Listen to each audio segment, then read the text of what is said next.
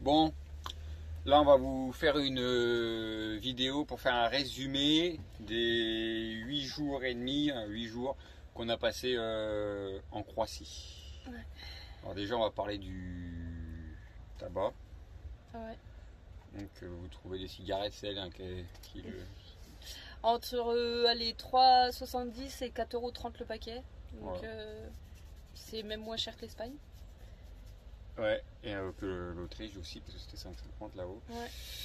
Donc ça reste l'un des pays qu'on a fait qui est le moins cher pour le moment.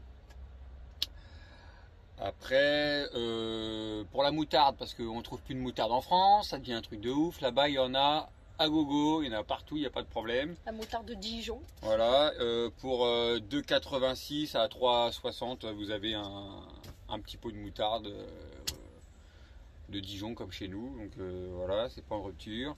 L'huile de tournesol, vu que chez nous c'est devenu de l'or, et ben pour 2,47 à 2,80 vous avez un litre d'huile. Alors que chez nous ils vendaient à des prix de ouf. Les légumes sont pas chers, vraiment pas chers, mais vraiment partout les marchés on a fait étaient vraiment pas chers. Même les tomates qui coûtent une blinde chez nous là-bas pour 10 kuna, donc ce qui correspond à 1,30 €, on a un kilo de tomates.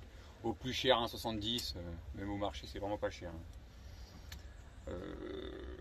Tout ce qui concerne par contre les autoroutes, on n'en a pas pris, sinon on garde toujours les péages, mais là par contre on n'a pas eu pris vraiment vite fait quand il y en avait. Ouais, ça doit être payant là-bas. Donc voilà, les radars il y en a.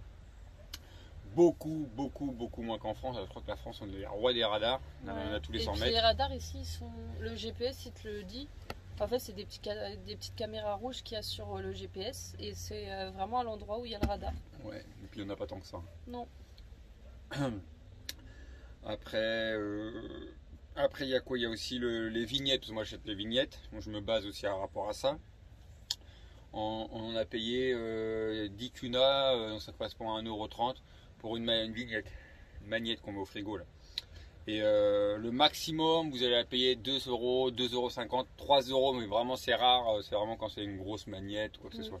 Donc c'est beaucoup moins cher que la France. En France c'est 3,50, 4,50 en fonction des magasins. Donc là 1,30 € ça va, 1,50 €. Qu'est-ce qu'on peut parler qu'on avait marqué? Le coût de la vie, en général, faut compter, que c'est beaucoup moins cher que la France, mais il faut compter entre 25 et 30% moins cher que la France. Ouais, ça va. Parce que par exemple, on a fait un restaurant à deux avec des beaux plats, plus les boissons, tout ça. On en a eu pour 26 € à deux. Donc, en bord de mer en plus. Donc je trouve que c'est pas excessif.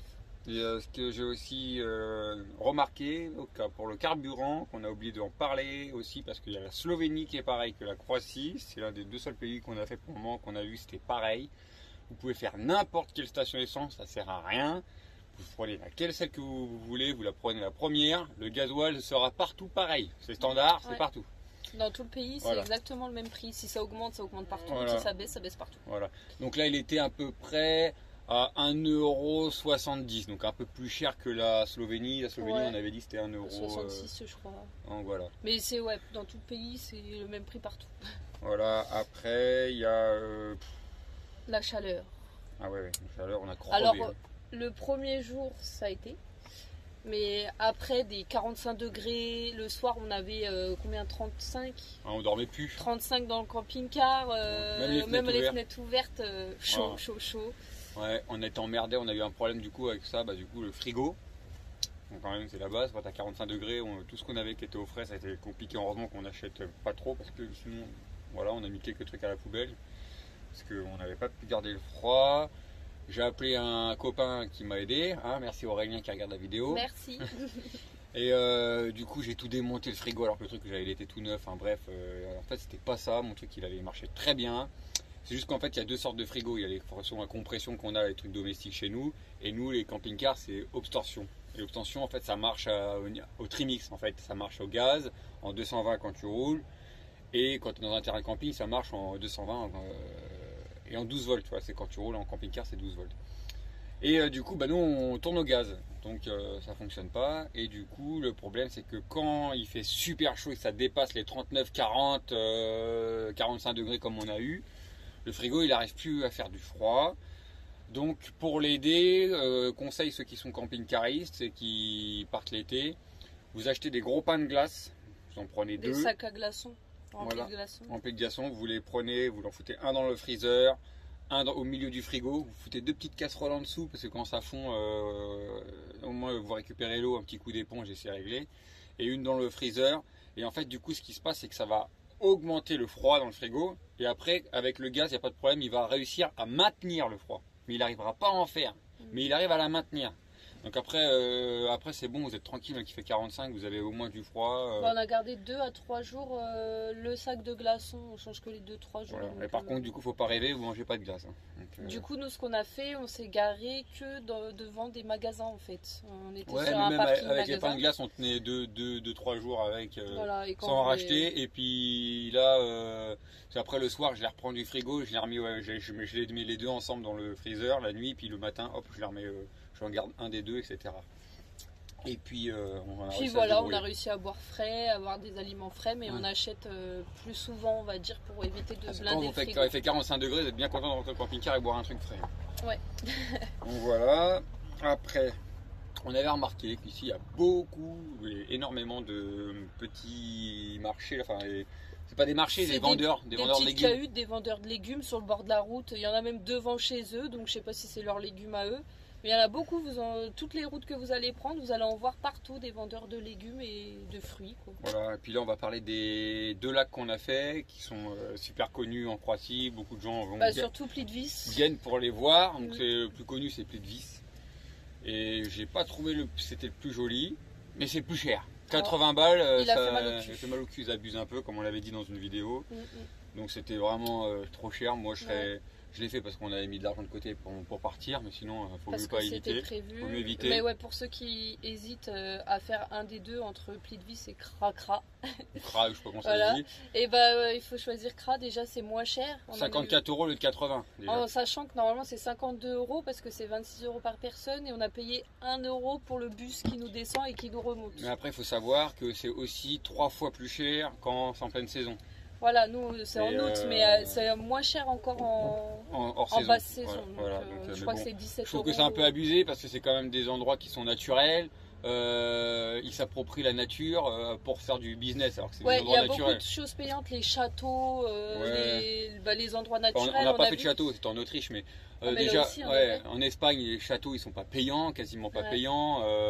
Almeria, Alicante, il y en a plein qui sont pas payants. Là, il y avait des parcs naturels. Même en France, quand tu vois la France, il y a des cascades dans l'Aveyron, dans le Jura, tu payes pas quoi. Donc ça c'était un peu abusé. Après ensuite du coup on a fait que ces 2 lacs et puis après on a fait beaucoup de grosses villes et 1 ou 2 villages. On a fait la capitale, Zagreb.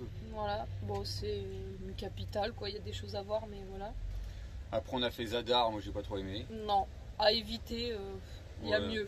Les plages sont pour si vous gagnez du temps, passez par Šibenik, c'était sympa. Ouais, c'était sympa, Šibenik, c'est une bonne. Il y a beaucoup de trucs, les glaces, les machins, là, les trucs en bord de mer, c'est sympa. Split, c'était pareil, c'était pas mal. Makarska. Oui, Makarska c'est bien, mais ce que j'ai préféré, moi, c'est. Il y avait Gradak, Gradak c'est un petit village mais c'est sympa franchement.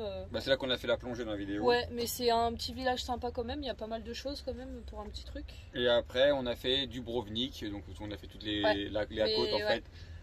Donc c'est toutes les seules... Dubrovnik très très beau, on peut pas le faire en un jour, c'est très grand quand même. Il y a beaucoup de petites ruelles, de machins mais ça vaut le détour, c'est vraiment beau. J'ai bien aimé. Mais après, comme je vous ai expliqué, en fait, la Croatie, il faut quitter la Croatie pour aller en Bosnie, pour retourner en Croatie, pour arriver à Dubrovnik. Et en Bosnie, ils sont très très durs. On donne notre carte d'identité, on doit dire d'où on vient et où est-ce qu'on veut aller. Et on repasse par la douane, ils fouillent. On parle de la Croatie. Ouais, mais bon, on est passé quand même à la Bosnie. Ils nous ont fait chier. Ouais. Donc voilà. Je crois qu'on a tout dit. Après c'est joli, je pense que c'est un pays à faire. Ouais, on a bien aimé. C'est un beau pays. Donc voilà, pas déçu. Bon bah voilà, c'est bon.